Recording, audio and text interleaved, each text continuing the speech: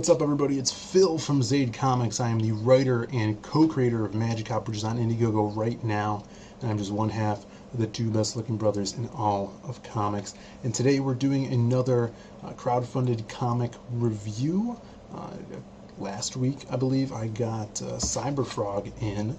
I reviewed the Amphibionics Ashcan, and I'm going in order and reviewing the 3 books that came with the package. And so next up is the 1998 Ashcan. If you haven't watched my previous video on the Amphibionics, it is a story from the 90s, so it's an old school CyberFrog story. So check that out. And then this one, we're taking a look at 1998 Diary of Heather Swain, so you get a sense of what's been going on with her. So let's crack this open and take a look at it. Alright, so here it is, the CyberFrog 1998 Diary of Heather Swain Ashcan. Now this is a smaller Ashcan size, shorter story, with the all caps comics logo on here, and it's a different paper than the previous Ashcan. This is the seemingly like higher quality, more commercial print style that they did with Blood Honey. The Amphibionics Ashcan had a rougher, more matte finish paper to it, which was kind of cool for that art style. And the Ashcan size, of course, Kyle Ritter's coloring it, Somni's doing the letters, but this is like your little prequel to Blood Honey. It takes place, and it jumps around a few years, and start here in '86, introducing some characters here. Grizzly turns into this big bear guy, and this is the lead up to Blood Honey. He talks about the soy bomb being the little signal that called upon the Vespis to invade, telling him it was time. And yeah, I love how Ethan is wrapping up pop culture, like actual history, into his story here. Kicking it off, and we our introductions to Salamandroid and some awesome villains, these old CyberFrog villains, which I love seeing, and I really want to see more in the future.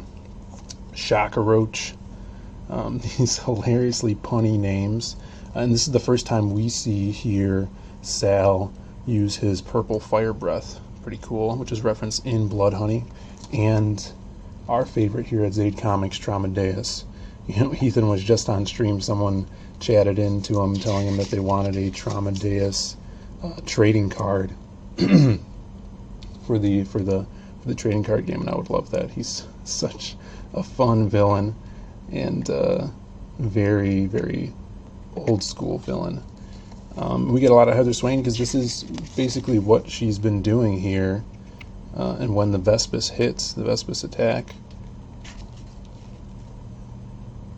Awesome art, and yeah, I love these Ashcans. I love how you could include them into your crowdfunding campaign, and this one is really fun. Like, you get kind of a sense of the old school CyberFrog with those wacky villains, and the new school with the updated art, and the intro to the storyline, and some awesome horror moments here, where we see this police officer's been just injected with this honey, liquefying his organs,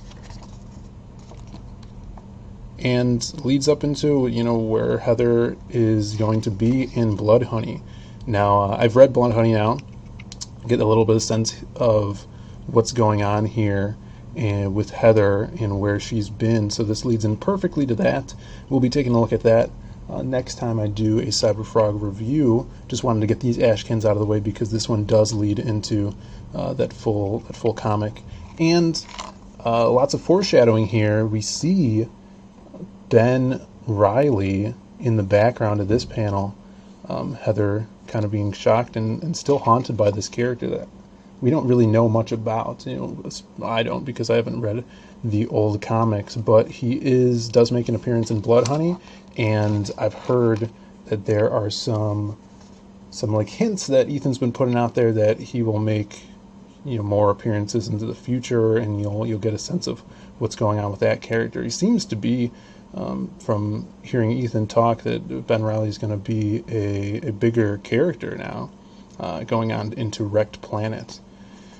So yeah, this was a fun read. It definitely set up for the next book for reading Bloodhoney. And my favorite part were these awesome villains.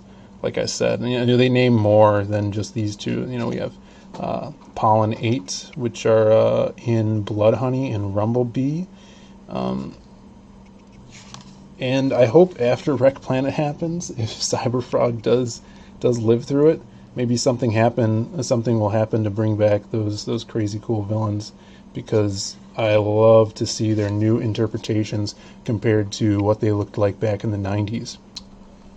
So all in all, yeah, this is 20 pages, and I know that Ethan was saying for his future books, when he does Ashcans, he wants to make them a full comic size. This was kind of like a throwback to the old Ashcans, and he was saying that he would like them to be bigger. But this is, 20 pages is like a full issue standard for Marvel and DC.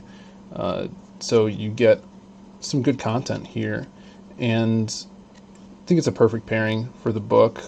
He says for the next campaign for Wrecked Planet, he's actually getting some other artists to do short stories. I know he has Vinnie Tartamella, who has done a bunch of awesome CG books. He's coming out with Through the Woods right now. He has E.G. Morgis, who's doing a short CyberFrog story for him, and Kyung Lee is doing another one.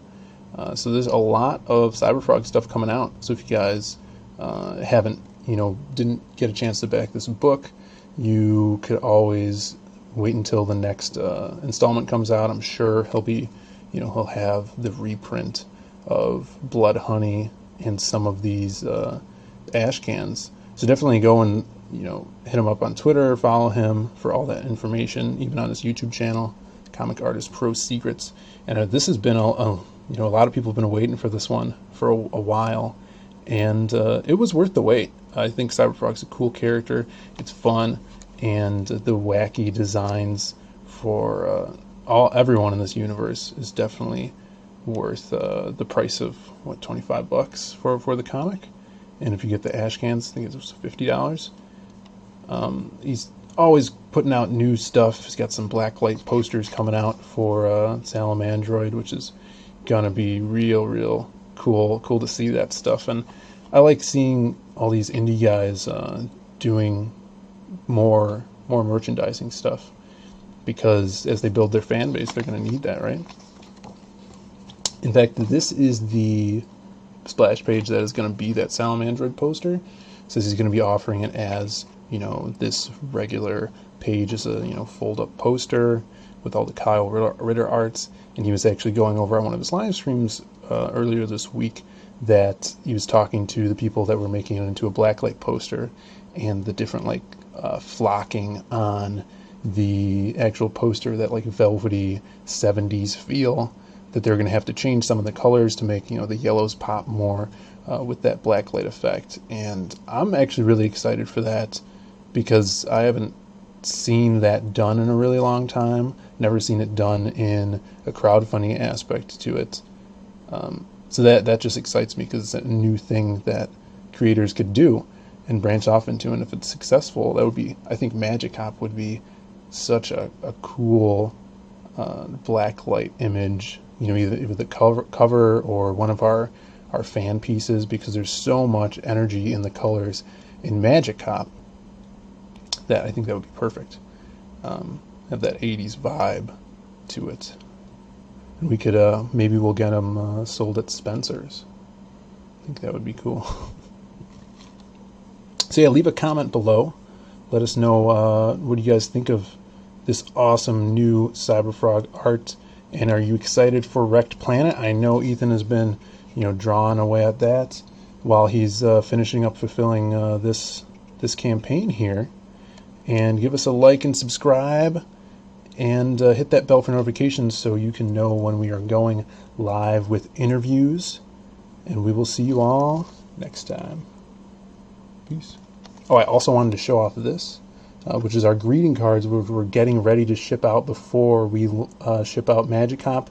Just a little greeting card from Ambrosia with all your favorite detectives from Magic Cop, so you know that your book is coming soon. So look out for that if you backed the book.